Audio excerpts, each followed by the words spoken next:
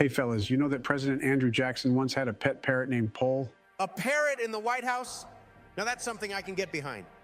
Imagine if Pole started imitating presidential speeches and shouting, "You're fired!" Well, Donnie, if Paul had been in the White House during your tenure, he would have been the star of the press briefings. Reporters would have had a tough time getting a word in.